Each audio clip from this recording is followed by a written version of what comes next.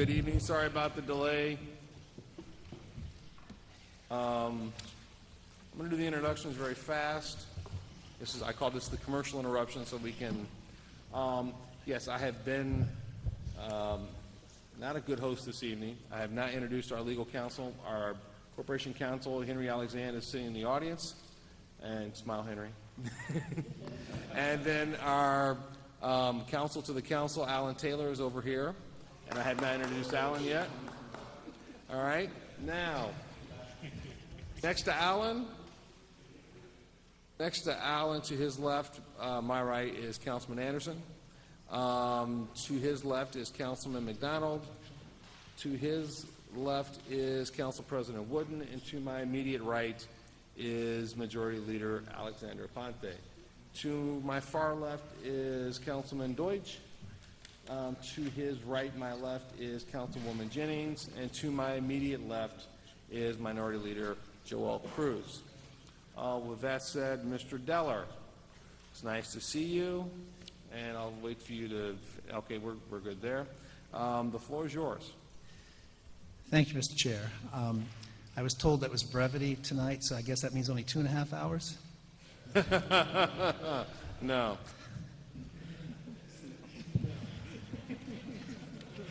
Understood. One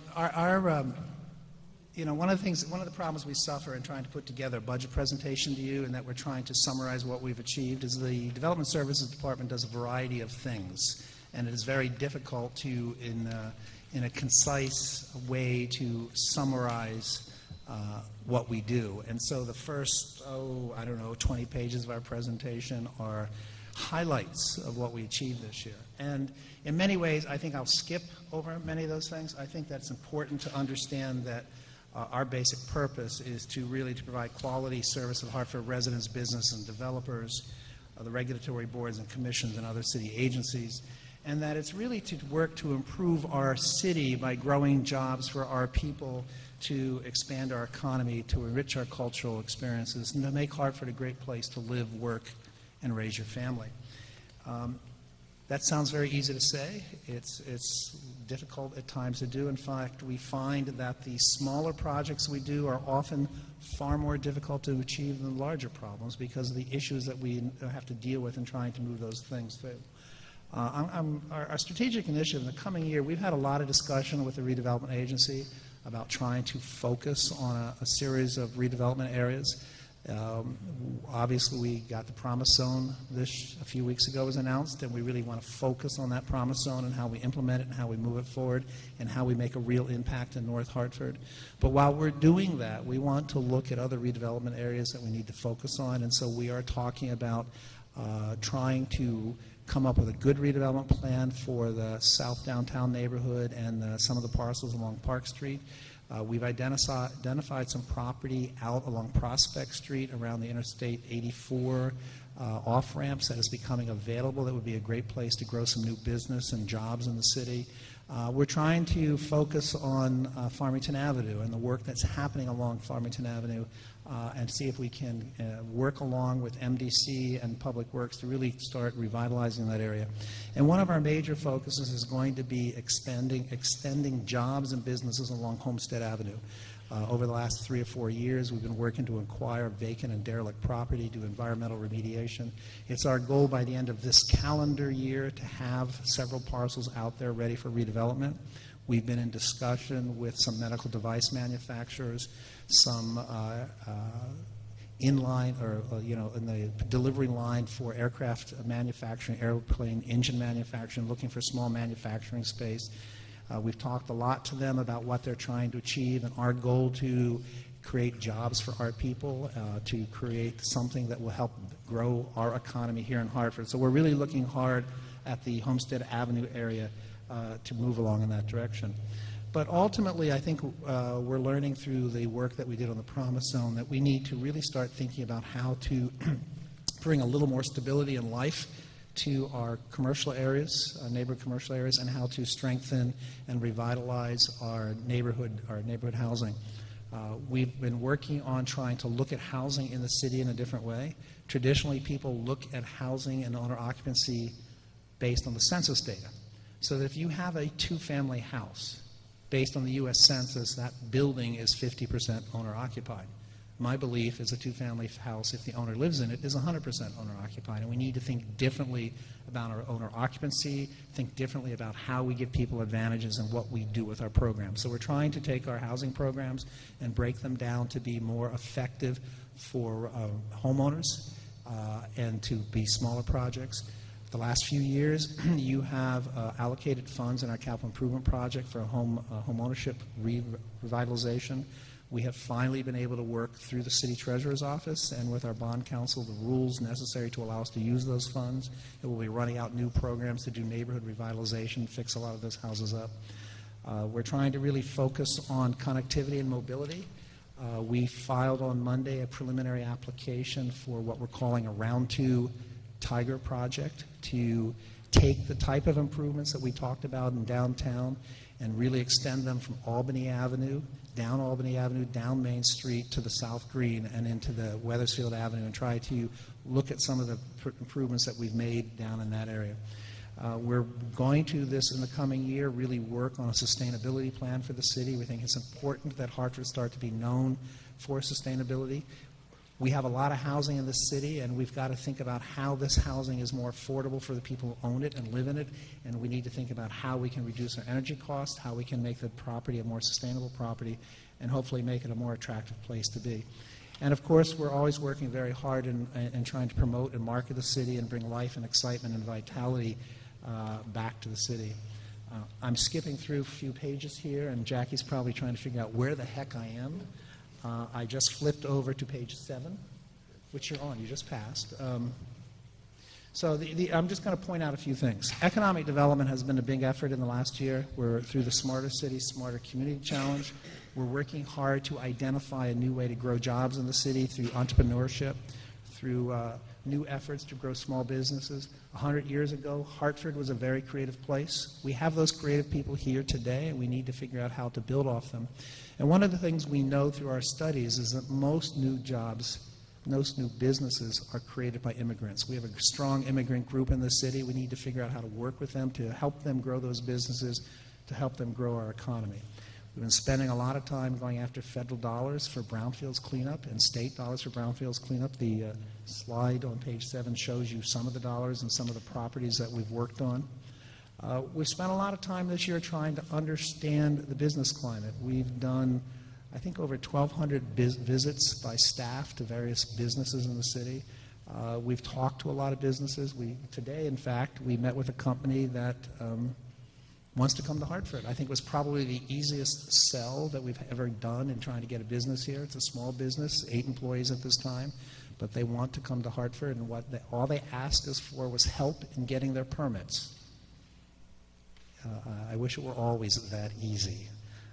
So they have made a preliminary commitment. They've located 2 sites, and through our Economic Development Office, we're working to continue to attract them and get them here. But there's been a variety of businesses for here. 3 years ago, we announced CareCentric. We've been meeting with CareCentric. As of June 1st, there'll be an additional 150 employees at CareCentric. It is a business that's been very good for Hartford in hiring people here and creating jobs here and moving forward. Neighborhood redevelopment is always a difficult one. As I said, small projects are tough because you have to figure out how to clear title to the land, you have to figure out how to clear the environmental problems, and then you have to figure out how to make a project markedly viable so that they can borrow the money and pay their debt. We're working a lot on that. We've got small projects from 41 and 42 Grand Street where we work with Habitat for Humanity. The Capewell Horseshoe Nail Factory had good news last week in that finally Connecticut Housing Finance Agency has agreed to mortgage that, float the mortgage for that project, so we expect that construction will be in full swing by later this summer. But we have simple projects like the Liebert Road Parcel 6, a variety of lots that the redevelopment agency owned. There were 4 lots in the middle that we couldn't acquire. We selected a developer that's going to do a travel center there. And they went and bought those lots, and they agreed to accept all the environmental remediation costs. And that'll be not a lot of jobs. I think it's about 15 jobs that we're going to get through that business, but that's something that's taking an environmentally contaminated site, creating a business that will pay taxes and will create some jobs. Page 10 is a quick summary of the housing development happening in downtown as a result of a partnership with CRDA and in approvals that you have given through various tax abatements and other deals. I will tell you right now that 179 Allen, 201 Ann Street, and 777 Main Street are in the lease-up phase. Those lease-ups are running ahead of projections. We have not experienced any downside for existing apartments at this point, and we're very confident in what is happening. Downtown North, you all know what it is. We spent a lot of time talking about it over the past few months. So I'm going to quickly skip over that and hop into some of our home ownership stuff. We've done 125 home ownership loans in the past year. 65 resulted in new home ownerships, over $8.5 million of public and private funds. Earlier, the health department was up here and talked about, Councilman Aponte asked about the lead program. They get the grants. My team does the inspections, the write-ups, the job work to make sure that those properties are properly remediated and the lead is taken care of. This is a very important project. You can assume that any house built before 1975 has a lead problem. If you look at our housing stock, you know that's almost every house in this city. So that there are a lot of lead issues out there that we need to deal with and we need to work very hard on. Affordability, affordable home ownership, affordable rental. We're doing a lot of that. We have a lot of money. You know, we have a lot of discussion in this city about affordability, and I think it's important to say this. Everyone needs to understand this, that 40% of the housing stock in this city is permanently affordable because of the deed restrictions recorded against it. Additionally, approximately 10% of our housing stock is affordable because of the Section 8 vouchers that Development Services administers for the city, so that we have approximately 50% of our housing stock citywide affordable. Now, we have a problem in that affordability isn't equal in the city. Some neighborhoods have far more affordability than others, and one of the goals that we've talked about is that we want to make sure that those neighborhoods that do not have their fair share of affordable housing get their fair share, and that those neighborhoods that are oversupplied with affordability, that we try to work with them to ensure that we're not increasing more affordability. Too much affordability in a neighborhood can be problematic to the overall economic health of that neighborhood, and we try to balance that out. We're working hard through our anti-blight program and with our housing programs to really look at revitalizing and preserving the housing stock we have. We do handle fair rent. This year, we've been fortunate to only get 20 complaints through our Fair Rent Commission. We had 7 of those mediated, 11 of those resolved, so we think we've done fairly well. One of the biggest programs we run, and most people don't realize this, that the city actually has 2 public housing authorities. The Hartford Housing Authority that runs the public housing, and the Housing Authority of Hartford, which runs the Section 8 program. The Housing Authority of Hartford is, I may have the names reversed, I always get them confused, but we are the ones, we run the Section 8 program. Approximately $48 million a year. 4,500 families receive rental assistance from us. And I will tell you that those families are very low income. And in most cases, we pay 100% of the rent because they have no ability to pay their 30% match. So we have a lot of assistance that we depend on. And I will tell you that the last year and a half have been very difficult because of federal rescission and other things. There was a point at which we thought that we may had to take people off of Section 8, but we were able to manage our way through that, and now we're back growing the number of families that we assist. There is one bullet on page 15 I want to talk a little bit about. It's called the Incentive Program Tax Abatement. These are the old housing developments that we have a state guarantee that they will reimburse us for any lost tax revenues. This is we feel that if we can get that tax reimbursement, it's important. This year the number is a little low because we have established a procedure that if a property wants to renew their tax abatement, they have to pay full taxes for at least 1 year. So our abatement is lower from the state, is lower this year. It will go up next year because we've had this year, I think, 8 properties, I don't remember the exact number, who renewed their abatement, and we made them pay the full taxes because of the way the city ordinance is written. We're constantly looking for new funding sources, and we've been able to negotiate a grant with the Department of Housing, State Department of Housing. We'll be getting a $1 million grant to do some neighborhood revitalization in the north end of the city. Marketing, events, and cultural affairs, continuing to run programs, promote the city. I think we need to spend a lot of time this year. A lot of people are talking about the great things that are happening in Hartford. We need to build off of that and promote this city. I was talking early this evening about the number of developers coming into Hartford because they look at Hartford as a great place to be, and we think lots of things are happening. Flipping over to page 17 and 18, we're continually working on our building permits. When I first got here 3 years ago and made this budget presentation, the one thing I heard was we need to do better on permits. September 2012, if you walked into inspections, permits and inspections and applied for a building permit, your chance of walking out of the office with a building permit was less than 4%. Today, it's 52%. Your chance of getting your permit in the same month that you applied was about 15%. Today, it's closer to 80%. We've got this down to a science so that we can basically tell when either we've had a lot of difficult building permits come in or someone's out sick or on vacation because of the ebb and flow. We take people off inspections, we put them on office work, then we can see our inspections goes down. So it's a tough thing to balance. This coming year, we will be implementing the Energov system, which is an electronic permitting system, so that people will be able to sit in their homes or their offices and file their building permit. And if you meet the simple requirements, the computer will issue your permit without you ever coming into our office. In addition, we'll be getting all building permit plans electronically. In an effort to create a complete database, we've been spending the last 3 years, and we'll continue for the next 3 years, digitizing all of our building records.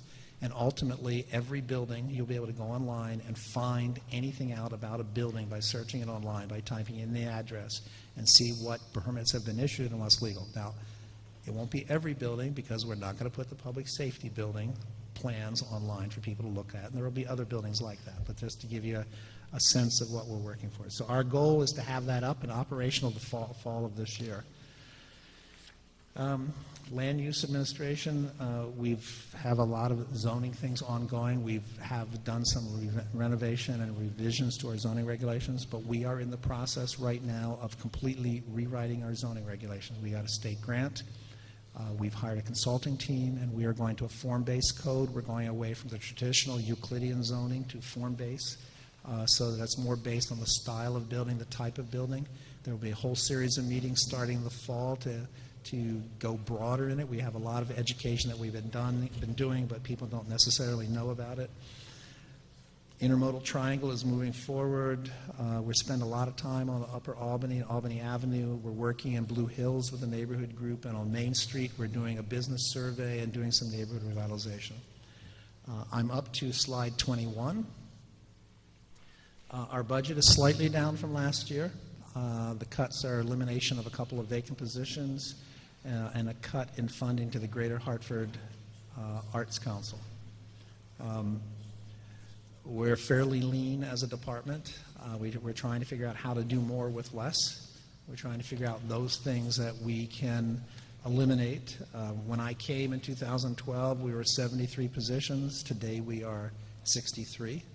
I think that we're working as best as we can. On page 23, you'll see our fiscal 15 revenue year to date.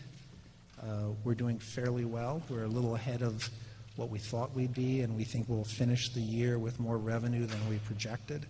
I will say that we're expecting our building permits to be down a little this year, but I think that our revenue has been up. And there's some major projects that are in the pipeline, and depending on when they happen, will either be this year or next year in the budget. Page 24 are the grants that we have managed this year, arranged by state and federal and by dollar amount. You can see that most of them are brownfields grants. There are some transportation grants. There are some planning grants. Our biggest grant, of course, is the Section 8 voucher program. And my last page is an organizational chart. Oh, the organizational chart didn't make the slideshow. It's page 23. Page 23? There's our organizational chart. It is in there. It's page 25 in my budget, in my booklet. So that sort of shows how we lay out and how we work. Any questions, I'll gladly try to answer them. And I have my whole management team behind me to help. Thank you to you and your management team for being here. We know it's late. That brevity was appreciated. First person up is Alexander Aponte. Thank you. Through the chair. Good evening, Mr. Della. Good evening. I'd like to ask about 3 questions. The first is detailed budget book, page 43, Development Services Administration, 4,200. Well, no, 420,000. I see there's a decrease there of $139,289. That's a reduction of staff. Well, can I ask you the question? Sure. Thank you. Sorry. What I've noticed during these proceedings is that some folks cut staff, but really what they're doing is shifting it to a grant. Are you really cutting staff, or are you shifting to a grant? I'm cutting staff. Cutting staff. Thank you. Next question. The Arts Job Grant Program, $200,000 reduction. Essentially, same question. Is that being moved somewhere, or is it a real cut? That's a real cut. And that leads me to my final question, which is page 26-2 regarding grants. See that in 2015, your grand total was essentially $11 million, and now you're projecting $14 million for 2016. 26-2. So, I got to find the page. I don't. Okay.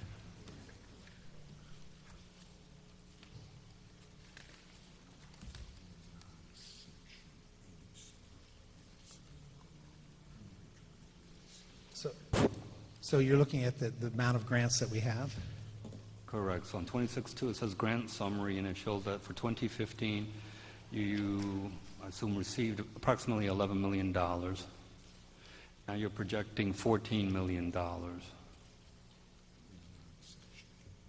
So some of that is Brownfields grant. Some of that is the flow of the Tiger grant. We had a $10 million Tiger grant that we didn't. We spent a limited amount in this fiscal year. We're spending all of it in next fiscal year. And I'll explain. My concern is that when a number is that large, which is about a 30% increase, I'm concerned that if you don't get the grant money, then you're coming back to us. So you feel fairly confident that you're going to achieve that $14 million target? We have that $14 million already under contract with the federal government. You don't have any more to spread among the other departments? They have to get their own. Thank you. Thank you. To my colleagues, budget questions. Dr. Deutsch. Yes, not a problem. Councilman McDonald. Thank you, Mr. Chair. Through you. Good evening, Mr. Deller. How are you doing tonight? Good evening. Thank you for your Fine. presentation. Question on what I forget. Our page numbers are different on the presentation than what you Sorry were about saying. that. So I'm looking at the 2015 grants managed, Yep. and one of them is the Transit-Oriented Development Pilot Grant for $400,000. What's that been used for or being used for?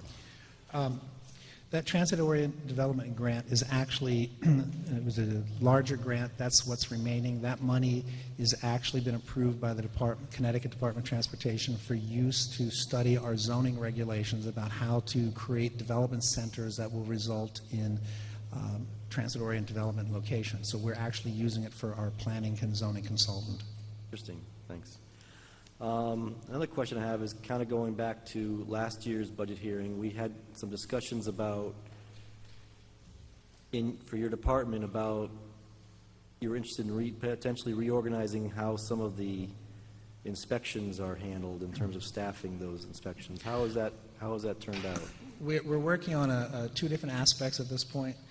One is we have a draft proposal floating around to create under the state property management code, a revision to our inspections, and that has been kicked around, and we have some proposals on how we'd like to move that forward. It'll probably be something that will be back before the council after the budget is adopted as we think about what that is and how we do that.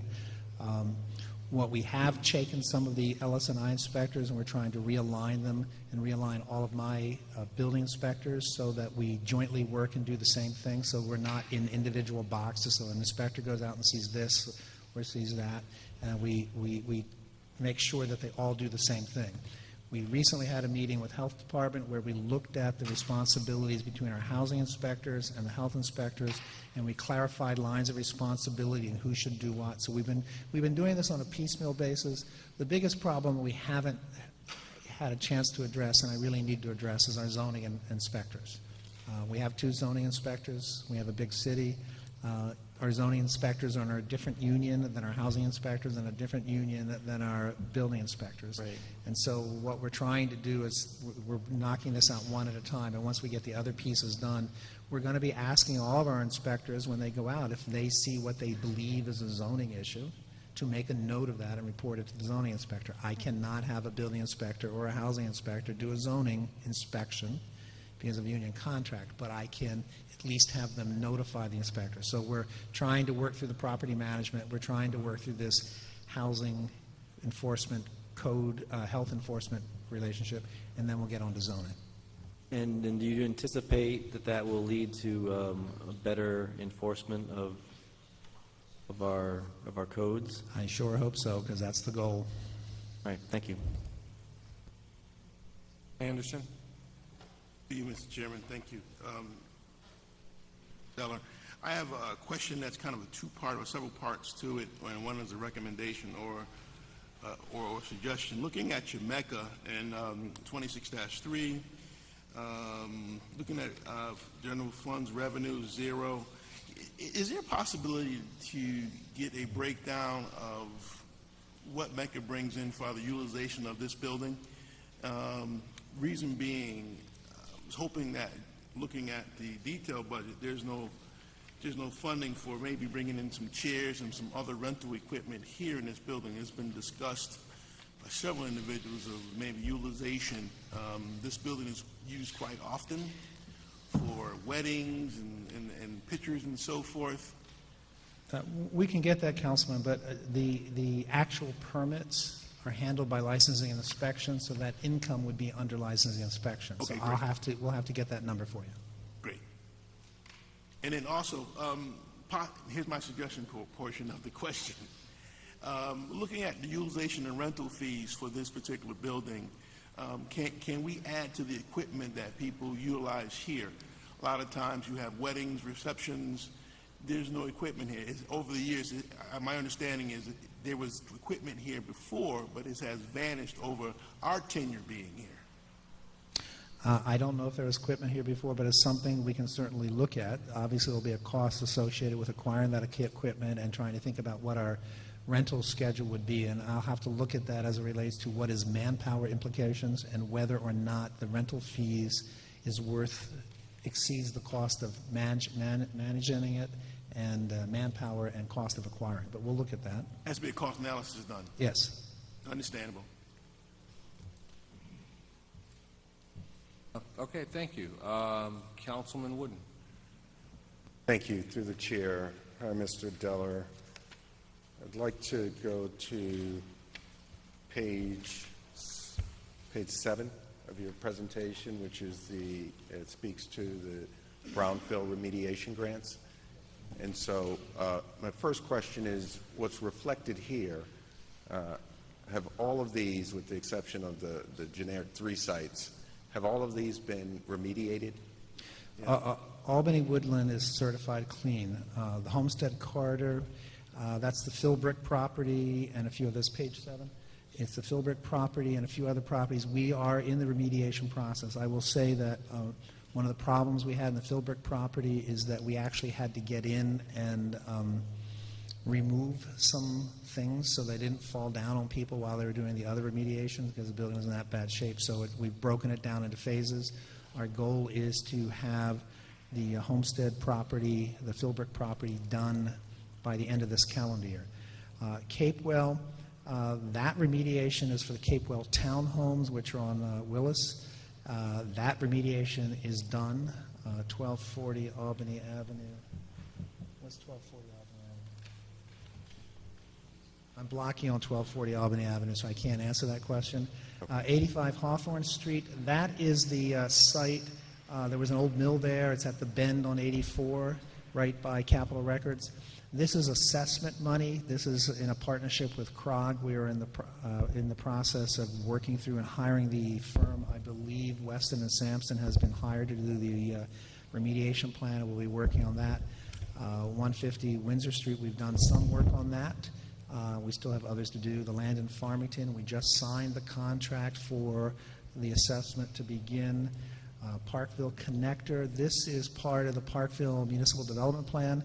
This is to create Bartholomew Street from Hamilton to Flatbush Avenue. We've just gotten that. We've just signed that contract, and now we can go out to RFP to hire a firm to move forward. The EPA 3 sites, those sites are 1161 Main Street is one of them. Park in Maine, and I forget what the third one is, but we've just started those. Okay, and do we have other applications pending? We just for filed a remediation? series of applications, Councilman, for other environmental remediation in downtown North. Okay, thank you. And I'd like to go to page 12 of the presentation for the housing. On, with respect to the 125 loans closed, right, so 65 resulted in new home ownership. What's the balance? The balance are rental rehab programs.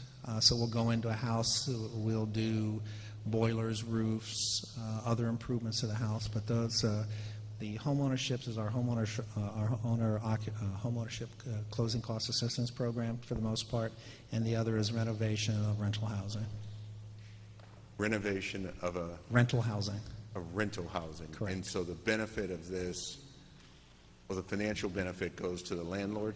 Well, it goes to the landlord, but there are restrictions placed against the property for affordability or repayment. So it is an attempt to try to improve the quality of our housing.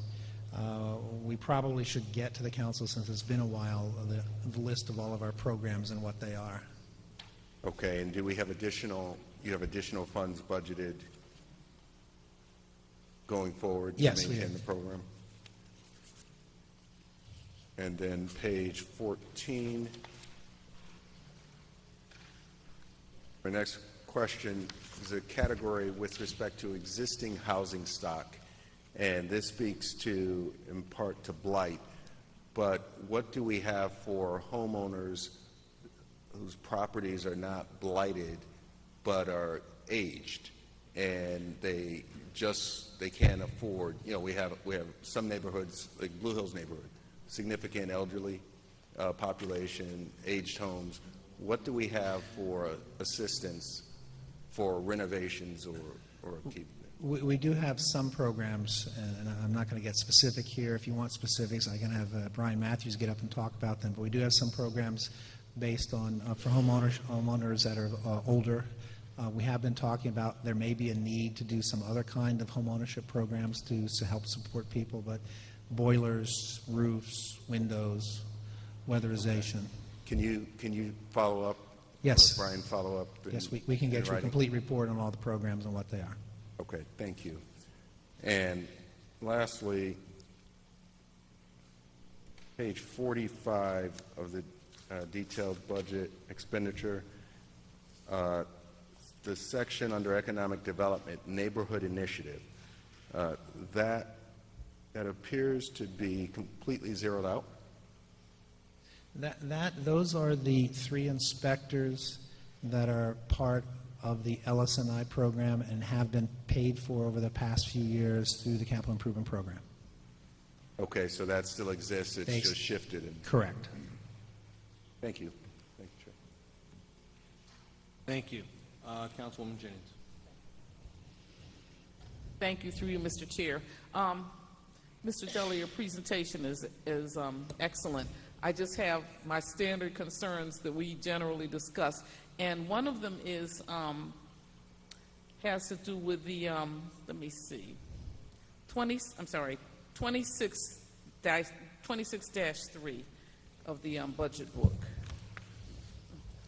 and that has to do with human resources organizational management, creating and maintaining a professional, diverse, and responsive workforce that accurately reflects the labor force in the city of Hartford.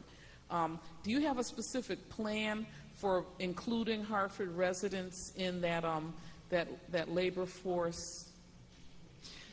Yes. Anytime we go out to advertise, we do start with the Hartford resident preferred.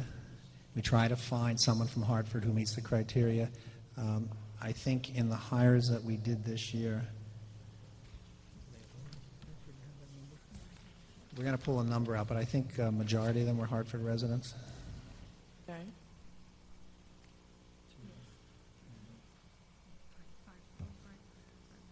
We've hired 5 people, and they're all Hartford residents. And out of a total of? We've hired 5 people, and they were all Hartford residents. Okay, all right. Okay, excellent. All right, thank you. And I'd like to have you look at page 26-8 of the budget book. And it talks about the amount of private and other public funds leveraged for properties financed through city investments and housing programs.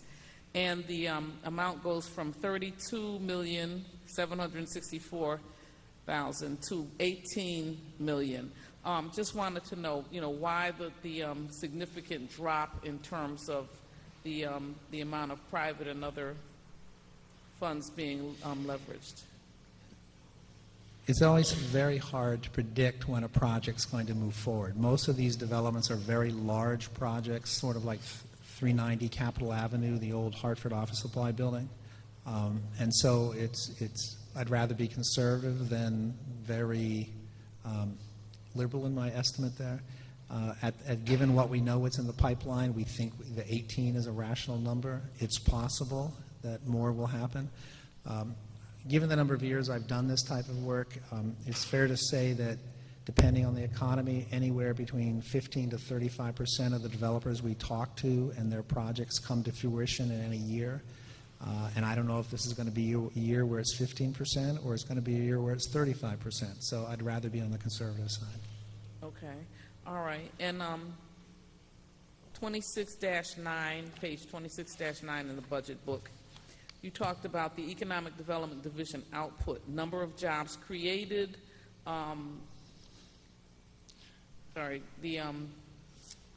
number of jobs created in federal year 15 was 400 new small business jobs created, 350 retained. And in 16, I guess the projection is 500 new small business jobs created, but only 150 retained. Is there a reason for that divide? Or?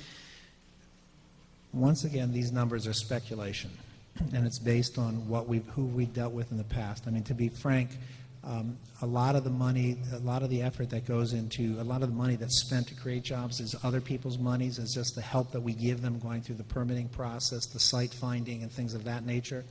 And it's very hard to figure out who's being retained. But, given the phone call we had today with a company, they're not retaining any jobs. They're creating new 8 jobs because it's a new company to Hartford. So retaining a large number of jobs usually is because we're able to keep a large company here. So we have discussions every day, but I don't know today who's thinking of moving. And so we have to have those discussions and always keep after it. And a lot of this is found by our staff visitations to the businesses. They go find out that someone's thinking of moving. We go talk to them.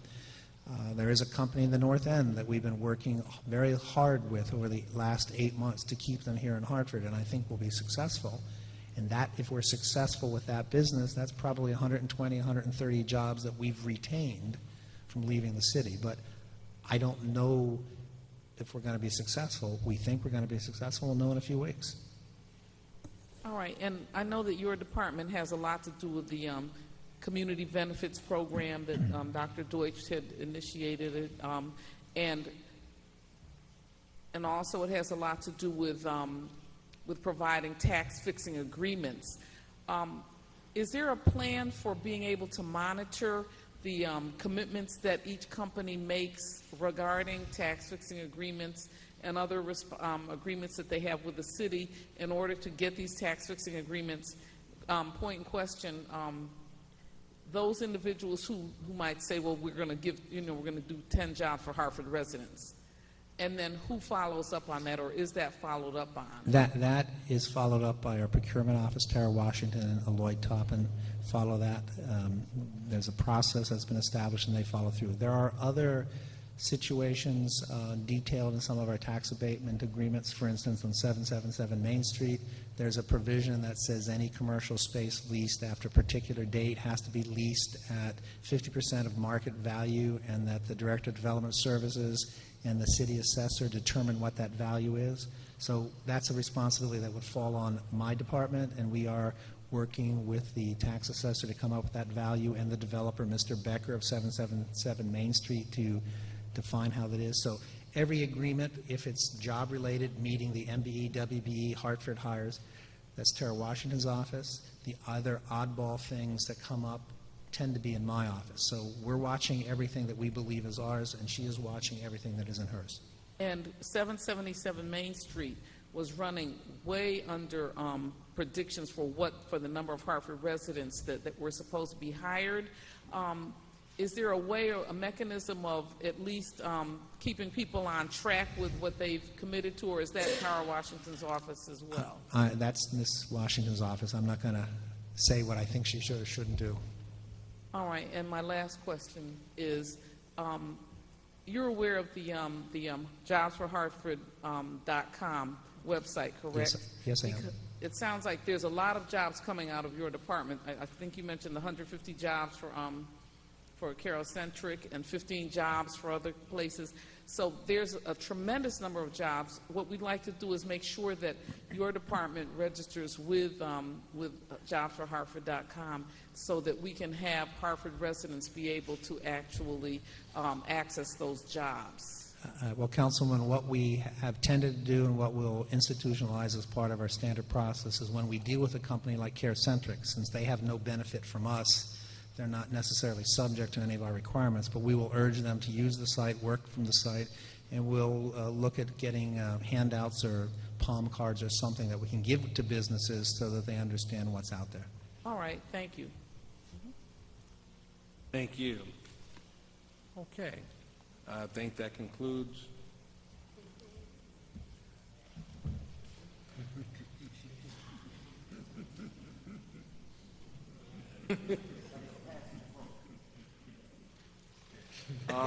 This is not a council meeting, and I'm not the council president. I'm the chairman of this committee.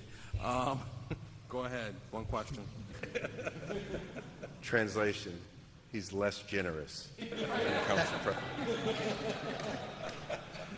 I didn't say that. It's fair. Well, through the chair, fortunately, my colleagues have asked most of the questions that I had.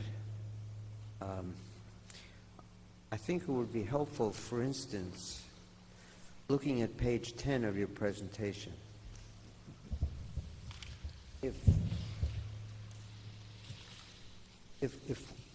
as an example, we in council, as well as the administration, could have maybe a few sentence update from you, let's say every 2 months or so, on any hopeful or unhopeful developments on these aspects of development that we have discussed in some detail. So, for instance, right in the middle of that is 95-111 Pearl Street rehab. I don't know about others, but I haven't heard a word about that. At least maybe I haven't read enough for months. And so some people in the public or I, in our ignorance, may be curious. Like you wake up and say, well, gee, what's happening with this? You know, what's the status with that? Because you look up at the building and it looks the same as it did 20 years ago still. But I think I'm saying that in terms of the information that we all get, it may be helpful as much as you can, legitimately, legally, and prudently, to give us a status update, as you just did verbally on some of them. And likewise, in regard to Councilwoman Jennings' questions just now about the follow-through and the enforcement, sometimes we on council hear that we have made many helpful steps, but then citizens may say to us, well, it hasn't come to pass, or they look at the site and they don't see what has been represented, things like that. So I think in terms of ready to sum transparency, that my up.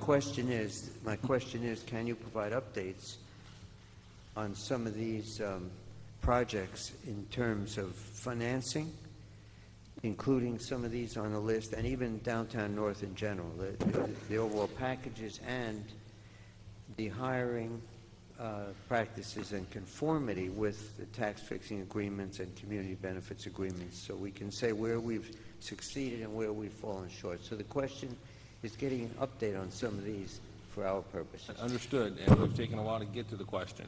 Well, what I'm going to do is that I want that to be a budget question.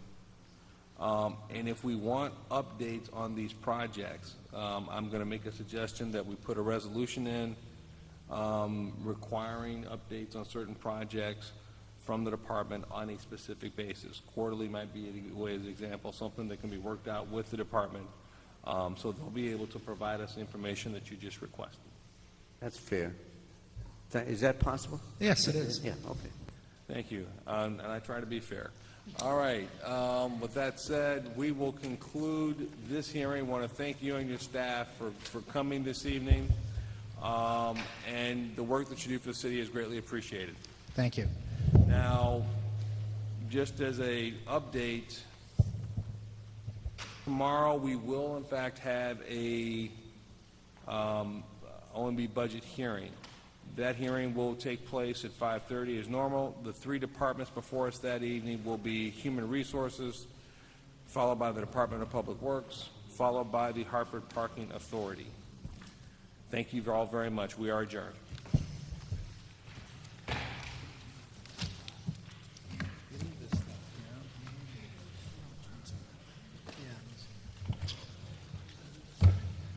So, Brian, remember the drink that round you were going to buy? Yeah, Brian. No, he promised me. He promised The me. property you said you forgot for the brownfields, I think? Was it Johnny Rogers? No. On opening? 12 something? 12:40? 12:49 was Johnny Rogers. Rogers.